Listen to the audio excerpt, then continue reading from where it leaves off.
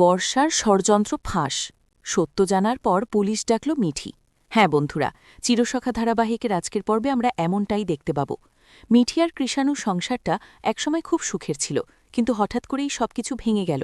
ভুল বোঝাবুঝি, অপমান আর অশান্তিতে একদিন মিঠি বাধ্য হয়ে বাবার বাড়িতে ফিরে যায়। সবাই ভাবল হয়তো স্বামী স্ত্রীর মধ্যে সমস্যা হয়েছিল বলেই এমন হয়েছে, কিন্তু আসল সত্যটা তখনও কারও জানা ছিল না। এই সবকিছুর পেছনে ছিল মিঠির বৌদি বর্ষা। বাইরে থেকে খুব ভালো মানুষ সেজে থাকলেও ভিতরে ভিতরে সে মিঠিকে একদমই সহ্য করতে পারত না। মিঠি যেন সংসারে সুখে না থাকতে পারে, সেই জন্য বর্ষা একের পর এক ষড়যন্ত্র করেছিল। কখনো মিথ্যে কথা বলে কৃষাণুর মনে সন্দেহ ঢুকিয়েছে, কখনো আবার পরিবারের সামনে মিঠিকে ছোট করার চেষ্টা করেছে। ধীরে ধীরে সেই ভুল বোঝাবুঝি এতটাই বাড়ল যে ভেঙে গেল মিঠির সংসার। অনেকদিন পরে একদিন হঠাৎ মিঠির হাতে কিছু প্রমাণ এসে পড়ে। ফোনের কিছু মেসেজ আর রেকর্ড করা কথোপকথন থেকে সে বুঝতে পারে তার জীবনের এই ভাঙনের পেছনে আসল কারণ বর্ষাই। প্রথমে মিঠি বিশ্বাসই করতে পারল না, কিন্তু সবকিছু পরিষ্কার হয়ে গেলে তার চোখে জল এসে গেল।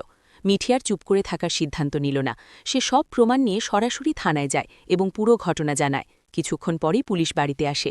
পরিবারের সবাই তখন অবাক হয়ে দাঁড়িয়ে থাকে, আর মিঠি বুঝতে পারে এতদিন পরে হলেও সত্য শেষমেশ সামনে এসেই যায়। ভিডিওটি ভালো লাগলে অবশ্যই চ্যানেলটি সাবস্ক্রাইব করে পাশে থাকবেন।